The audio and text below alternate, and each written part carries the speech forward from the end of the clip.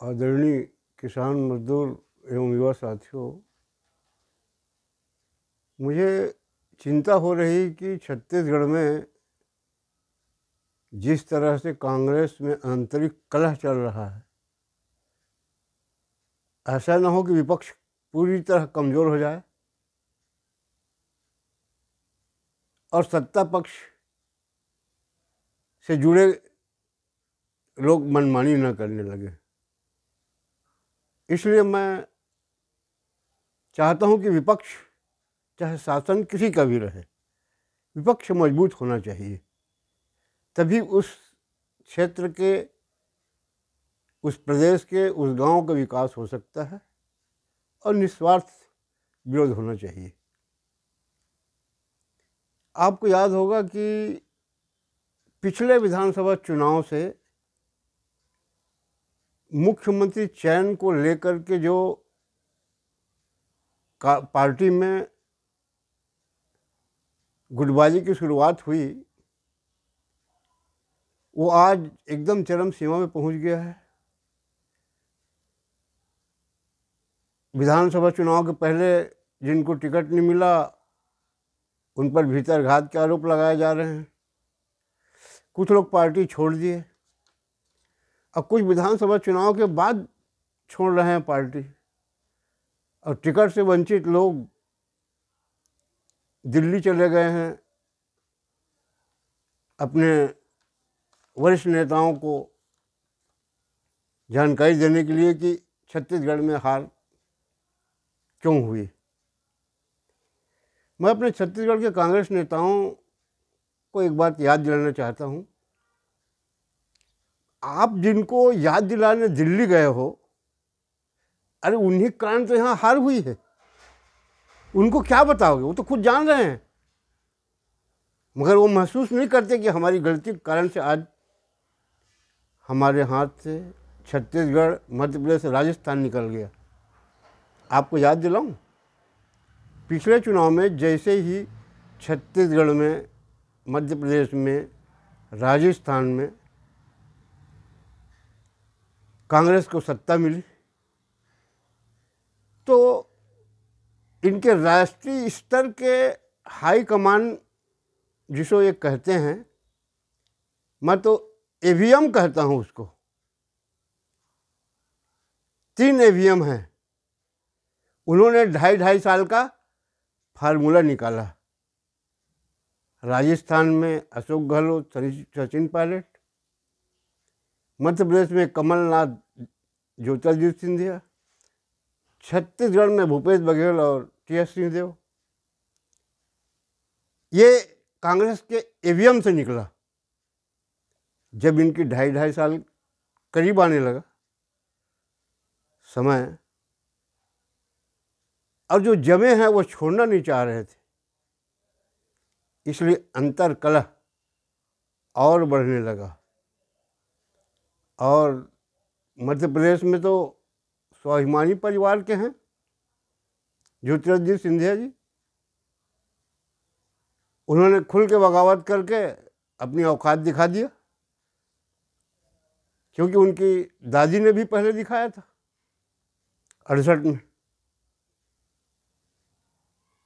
बाकी लोग हाईकमान के आगे पीछे घूमते रहे, मगर 3 ईवीएम जो है ना, इसने ही देश और प्रदेश में ऐसा फार्मूला निकाल के कांग्रेस को खुद को कमज़ोर कर रही है।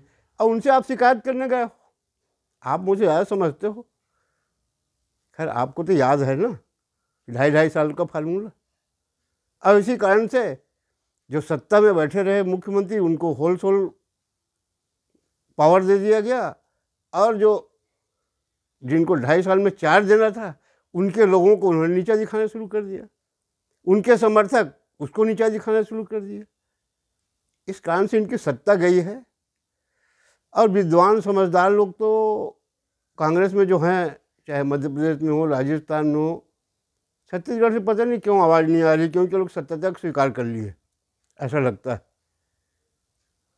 तो विद्वान लोग ईवीएम पर आरोप लगाने लगे कि चुनाव परिणाम में गलत हो गया है, निर्वाचन आयोग ने कुछ गड़बड़ी किया है। उनको मैं याद दिला दूं, 5 साल पहले भारत निर्वाचन आयोग ने देश के सभी विपक्षी पार्टियों को आह्वान किया था कि आइए बताइए ईवीएम में कैसे गलत किया जा सकता है, अपने इंजीनियरों को लेकर के आइए। कोई विपक्षी दल नहीं गया देश का ईवीएम को गलत साबित करने के लिए। तो कांग्रेस के जो ईवीएम है 3 ठो है ना एक साथ, तो उसमें 3 परिणाम निकलते हैं। एक समझाता है, एक ऐसा कर देता है, और एक बोलता है कि नहीं नहीं अभी मैं तो इसको उत्तर प्रदेश का चुनाव प्रभारी बना दिया हूँ, इसलिए अभी चुनाव के बाद देखेंगे। हमारे साथ छत्तीसगढ़ में यही हुआ ना, ऐन वक्त जब 2.5 साल बदलने का हुआ तो उनको चुनाव प्रभारी उत्तर प्रदेश का बना दिया गया। इसमें सब बढ़ते गया। खैर, मैं तो अभी भी ये चाहूँगा कि सत्यता को स्वीकारिए। आपके हाईकमान में ही गलती है। एक दूसरे पर आरोप प्रत्यारोप लगा रहे हो, आप लगाइए, हमको उससे कोई मतलब नहीं है, मगर यह है कि असली गलती वहीं से हो रही है जो स्पष्ट आदेश नहीं कर पा रहे हैं कि ऐसा होना है या नहीं होना है।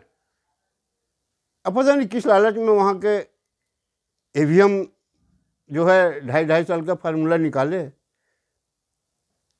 वैसे क्या इन्होंने पंजाब से शुरू किया था, अब पंजाब का असर आज 4 प्रांत में पड़ गया। तो मुझको तो फिक्र इसी बात का हो रहा है कि जैसे मैंने देखा पिछले 5 साल में विपक्ष पूरा सोए रहा। 5 साल तक जिसको जितनी मनमानी करनी थी 18 से लेकर के 23 तक जी भर के किया उसने। यानी मौन था यहाँ का विपक्ष। आप बताइए, भ्रष्टाचार को की जांच के लिए सामान्य प्रशासन आज भी प्रति देख लीजिए, सामान्य प्रशासन से आदेश निकलवाया गया था कि भ्रष्टाचार जांच बगैर मेरे जानकारी के नहीं होना चाहिए, जांच नहीं होनी चाहिए। ऐसे मामला में हमारे विपक्ष के लोग मौन रहे। अभी चुनाव में 6 महीने पहले वो भ्रष्टाचार को बहुत आरोप लगाए, ये भ्रष्टाचार वो भ्रष्टाचार, यहाँ किया वहाँ किया। मैं उनसे भी निवेदन करता हूँ कि अब आपका शासन आ गया है। अब आप जान रहे हो कि मोदी जी उन लुटेरों से धन बाहर निकाल रहे हैं जो वर्षों सत्ता में रहे, और अरबों करोड़ों, मशीन खराब हो रहा है भाई, गिन नहीं पा रहा है मशीन, ऐसा पैसा निकल रहा है, उस पर लगे हुए हैं। अब मैं अपने प्रांत के नेताओं से चाहूँगा कि जब आपने भ्रष्टाचार के खिलाफ बहुत आवाज़ निकाला है ना, तो किसानों के साथ, गांव के लोगों के साथ कौन भ्रष्टाचार कर रहा है, कैसे भ्रष्टाचार हो रहा है, ये जानकारी हमारे यहाँ के 54 विधानसभा के विधायक महोदय लोगों को अच्छी तरीके से है कि शासन की सुविधा गांव के लोगों को बगैर रिश्वत के नहीं मिलती।